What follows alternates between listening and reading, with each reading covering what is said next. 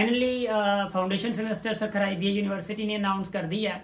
ये video very comprehensive होने जा रही है for you all. Foundation semester का इंट्रोडक्शन, फाउंडेशन सेमेस्टर की प्रिपरेशन, फाउंडेशन सेमेस्टर के लिए सब्जेक्ट्स, फाउंडेशन सेमेस्टर की डिफिकल्टी लेवल एंड स्कॉलरशिप वहाँ पे क्या है, लास्ट डेट्स क्या हैं। ऑफ कोर्स जो इस चीज में अप्लाई करके बैठे हैं वो नहीं कर सकते, सारी चीजें इस कॉम्प्रिहेंसिव वीडियोस में आप लोगों के लिए होंगी। स्टार्ट करने से पहले I would suggest you prefer कि आप लोग मी अकेडमी की क्लासेस ऑनलाइन हो या फिजिकल क्लासेस हो जरूर ज्वाइन करें। ऑनलाइन आप सखर से हैं तो अगर हैं तो आप फिजिकल क्लासेस ज्वाइन करें, अदरवाइज अगर आप लोग सखर से बाहर के हैं तो आप लोग ऑनलाइन क्लासेस भी ज्वाइन कर सकते हैं। यानी वो जूम के थ्रू क्लासेस होती हैं, बड़ी जबरदस्त होती हैं। वेल व्हाट्सएप नंबर कर सकते हैं, आप लोग क्लासेस मिल जाएंगी और थोड़ा जल्दी कीजिएगा।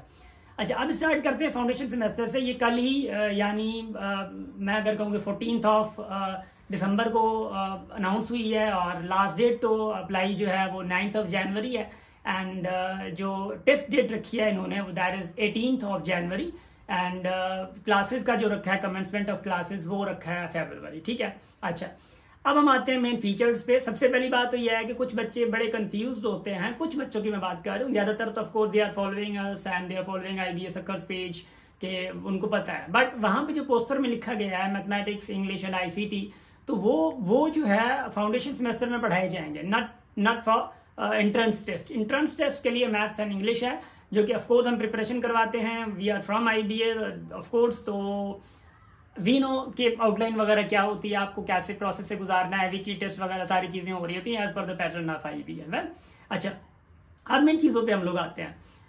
सबसे पहली बात तो यह है कि लास्ट डेट मैंने आप लोगों को बता दिया है और उसके बाद जो वहां पे लिखा हुआ है कि भाई फी की स्ट्रक्चर पहले 50,000 होता था मेन कैंपस के लिए। मेन कैंपस के लिए जो सखर में है अभी 55,000 है, यानी वो आप लोग पे करेंगे फाउंडेशन सेमेस्टर के लिए। और कुछ बच्चे उसके बाद ये है कि नहीं वो प्रेफर करते, मतलब मिसाल के तौर पे वो कहता है कि भाई हम दादू कैंपस में अप्लाई करना चाह रहे हैं, हम जो मीरपुर खास कैंपस के लिए अप्लाई करना चाह रहे हैं, हम जो है ऑफ कोर्स एक दो जैसे खैरपुर कैंपस है वहां पे अप्लाई करना चाह रहे हैं, तो वहां पे वो लोग अप्लाई मतलब प्रेफर कर रहे हैं। तो वहां की जो फी रखी है उन्होंने पहले 25,000 या 30 थी, अब 35,000 फी है फाउंडेशन सेमेस्टर की। मेन एक मिसकंसेप्शन है या पता ना होना बच्चों को, वो एक चीज ये है वो कहते हैं कि सर हम फाउंडेशन में तो आगे क्या हमें एडमिशन पक्की होगी, नहीं हो, ऐसा नहीं है। अब देखिए जितने भी आप उठाएंगे, अब कितनी सीट्स लेंगे IBA वाले we don't know about anything, और कितने आप लोग स्टूडेंट्स को यानी वो लेंगे we don't know about anything. हाँ, जितने भी लेंगे अब देखिए पोस्टर में दो सिर्फ डिफरेंसेज हैं मेन कैंपस के लिए, सब कैंपस के लिए। मेन कैंपस के लिए क्या डिफरेंस है, उसके लिए क्या है वो ये है कि मेन कैंपस के लिए आप अगर टॉप 100 पे आते हैं जो कि वहां पे लिखा हुआ है दो चीजें आप आपने देखी होगी स्टेटमेंट। पहली स्टेटमेंट में क्या आता है कि अभी 2.2 CGPA वाले will be eligible for direct यानी 4 ईयर प्रोग्राम, बट आगे लिखा हुआ है how ever 100 top performing students हैं, टॉप 100 परफॉर्मिंग स्टूडेंट्स जो है वो उन बच्चों को भी मिलेगा। अब इसका मतलब क्या है, और सब कैंपसेस के लिए 70% लिखा हुआ है, यानी 2.2 वाले भी एलिजिबल होंगे, 70% एलिजिबल है 4 ईयर के लिए। बात तो एक होगी, फिर लिखने का पर्पज क्या होगा भाई, इनका पर्पज ये होता है कि अगर आप फाउंडेशन सेमेस्टर के बच्चे हैं, यानी आप टेस्ट पहले पास कर लेते हैं, आप फाउंडेशन सेमेस्टर में आते हैं जिसको हम लोग जीरो सेमेस्टर भी कहते हैं, और अगर उसी में आप लोग पढ़ते हैं और 200 हो, 300 हो, 400 हो, मेन कैंपस में अगर आप टॉप 100 पे आते हैं तो आप लोगों का जो डिपार्टमेंट है आप सिलेक्ट करते हैं। स्पेशली ज्यादातर अभी क्या है, कंप्यूटर साइंस है, BBA है, अकाउंटिंग है, इन चीजों के लिए ज्यादा जा रहे हैं बच्चे। अब होगा क्या कि जो टॉप 100 बच्चे होंगे उनको अपने ही प्रेफरेबल डिपार्टमेंट उनको दिया जाएगा, अपना ही डिपार्टमेंट दिया जाएगा जो उन्होंने चूज किया था या विश की हुई है। ठीक है, जो फॉर्म में भरा हुआ है। अगर आप 2.2 पे आते हैं, ठीक है, 2.2 CGPA पे आते हैं। अब CGPA टोटल कितनी है, टोटल 4 होती है, यानी अगर मैं कहूँ 100% से अराउंड आपको 60% पक्का लेना होता है। और 60% जो है वो ऑफकोर्स कैसे लेना होता है, लेट मी टेल यू। यानी फाउंडेशन सेमेस्टर में आप लोगों में से 2 से 3 टेस्ट होती हैं, यानी एज टर्म्स कहा जाता है, हम उनको टर्म्स कहते हैं। 20% के 2 टर्म्स होते हैं, यानी हर 5वें 6ठे वीक के बाद एक टर्म होता है, फिर 6ठे 7वें वीक के बाद दूसरा टर्म होता है 20% का, फिर फाइनल टर्म होता है 40% का। ये पिछले रिकॉर्ड के मुताबिक बात कर रहे हैं, थोड़ी सी अगर चेंजेस भी आए तो थोड़ी सी आएंगी, ज्यादा नहीं आएंगी। फिर 20% टीचर के हाथ में, तो टोटल मिला के 100% बनता है, और 100 में से आपको कितने उठाने होते हैं, 60%। तो ये आसान होता है by the way, but top 100 आने के लिए अपनी विश के मुताबिक डिपार्टमेंट लाने के लिए बहुत ज्यादा जरूरी है।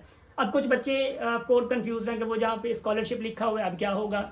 अच्छा, टॉप 100 मेन कैंपस में और 70% जो है जो विश रखते हैं डिपार्टमेंट अपना ही डिपार्टमेंट मिल जाए वो सब कैंपस के लिए। अब अगर लेट के आता हूँ कि भाई अगर आप मिसाल के तौर पे 200 सब कैंपसेस में जा रहे हैं, मिसाल मैं क्या दादू कैंपस में 200 बच्चे सब कैंपस में पढ़ रहे हैं फाउंडेशन में, और 70% जो भी टॉप आएंगे, यानी 70% अराउंड भी 140 बनता है 200 का, तो 70% जो अगर आप आते हैं तो सिर्फ 140 बच्चे जो टॉप 200 140 बच्चे होंगे उनको उन्हीं का डिपार्टमेंट दिया जाएगा जिसमें वो विषय रखते हैं। ऐसा ही है, ठीक है ना। अच्छा, अब वो स्कॉलरशिप का जो आया था, कुछ बच्चे हमें भी टेक्स्ट कर रहे हैं कि सर ये स्कॉलरशिप का क्या मतलब है, यानी लिखा हुआ है कि स्कॉलरशिप प्रोवाइड कर दी जाएगी। अब देखें, मैं बताता हूँ, आप फाउंडेशन सेमेस्टर क्लियर किया आपने, और जैसे कि STHP NTHP में है, जब वो टॉप पे आएंगे, NTHP वाले टॉप 200, ऑफ कोर्स STHP वाले टॉप 100, तो जैसे वो टॉप पे आएंगे उनको स्कॉलरशिप दी जाएगी, और जो टॉप पे नहीं आएंगे उस 2.2 होगा उनको अपने डिपार्टमेंट की फी भरनी पड़ेगी।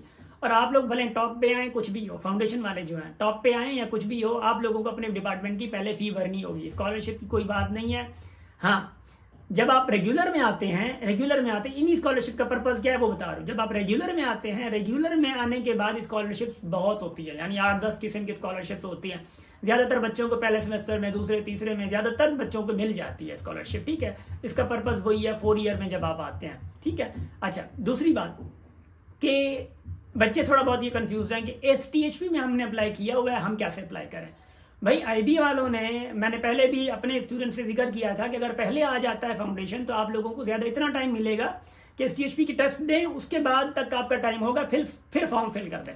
ये पॉसिबिलिटीज होती हैं, तो आप लोगों का ऐसा ही होगा। यानी STHP की टेस्ट 22 को है, यानी कमिंग संडे को है, टेस्ट देंगे, आप आके अपना फॉर्म फिल कर दें फाउंडेशन का, सिंपल कॉपी करना है और फाउंडेशन का फॉर्म आप लोगों का फिल हो जाएगा।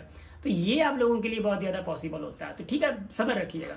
अगर 1-2 दिन फॉर्म फिल नहीं भी होता है तो डोंट वरी अबाउट दैट, थोड़ा सब्र रखें, सारी चीजें हो जाएंगी, ठीक।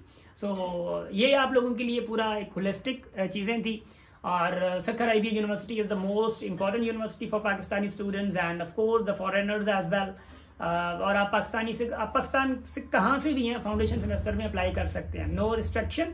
और एलिजिबिलिटी जो है वो 2022 में, 2023 to 2024 वाले जो बच्चे हैं वो अप्लाई कर सकते हैं। डॉक्यूमेंट्स ऑफ कोर्स वहाँ पे जैसे आप फॉर्म फिल करते हैं दैन डॉक्यूमेंट्स मांग रहा होता है फाउंडेशन के लिए। Gas bill, light bill no required, यानी बिल्स वगैरह या आपकी मतलब मैं कहूँ कि इनकम स्लिप, ये सारी चीज़ें रिक्वायर्ड नहीं होती हैं, डोंट वरी अबाउट दैट, ठीक है ना। जस्ट आपकी इन्फॉर्मेशन होगी, क्योंकि ये पैसे भर के आप आएंगे तो आपसे कोई ना गैस बिल वगैरह वगैरह कुछ भी नहीं है। आपके पास क्या होना चाहिए, लेट मी टेल यू, आपकी मैट्रिक मार्कशीट, जो मेन बात कर रहा हूँ मैं, ठीक है ना। जैसे CNIC है, बाबा के CNIC है, मैट्रिक मार्कशीट है, इंटर मार्कशीट है, और सर्टिफिकेट ऑफ ग्रेड 5 है। अब ग्रेड 5 का अगर नहीं होता, कभी कभार बच्चे ऐसा करते हैं कि भाई एक ही स्कूल से पढ़ते हैं, स्कूल वाले ग्रेड 8 का दे देते हैं, 5 का नहीं देते सर्टिफिकेट, तो 8 का आप लोग लगा सकते हो, डोंट वरी अबाउट एनीथिंग, ठीक है। तो ये पॉसिबिलिटीज होती हैं।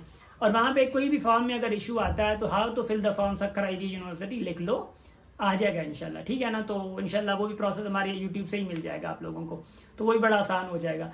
अब आप लोगों ने क्या करना है, आप लोगों के पास टाइम है, यानी अराउंड अबाउट 20-25 डेज की क्लासेस चलेंगी, जिसमें हम लोग MCQ सॉल्यूशन की क्लासेस चलाएंगे, no for of course the पूरी अंडरस्टैंडिंग वगैरह वगैरह, ठीक है। और फाउंडेशन की क्लास की अगर मैं डिफिकल्टी की बात करूं तो डिफिकल्टी इतनी नहीं होती फाउंडेशन की एज पर कंपेयर टू, मैं NTHP और STHP की बात करूं या डायरेक्ट टेस्ट की बात करूं, हाँ, मगर डिफिकल्टी लेवल आप समझ सकते हैं। वजह यह है कि कंपटीशन रेज्ड है, यानी टॉप परफॉर्मिंग स्टूडेंट्स लाएंगे तो ऑफकोर्स कंपटीशन ऑलरेडी है।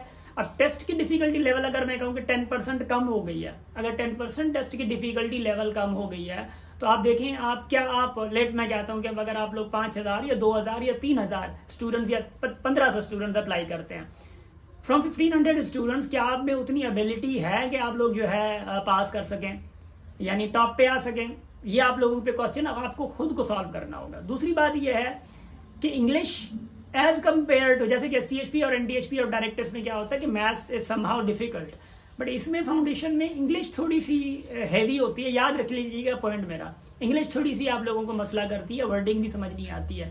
उसका सोल्यूशन के लिए, उनके सोल्यूशन के लिए of course you have to take me academic classes and STHP और NTHP की हमारी माशाल्लाह सक्सेसफुल बैचेस चली, डायरेक्ट टेस्ट के लिए हमेशा चलती हैं। अब STHP के लिए हैं तो we will just solve MCQs, not for whole concepts, और वो हमारा प्लान है, वो इंशाल्लाह we will execute that plan, ठीक है। Wish you the best of luck and thank you so much. हमेशा हंसते रहें, मुस्कुराते रहें और हमेशा हमेशा अपनी फैमिली के साथ रहें, दुआ में याद रखें। Thank you.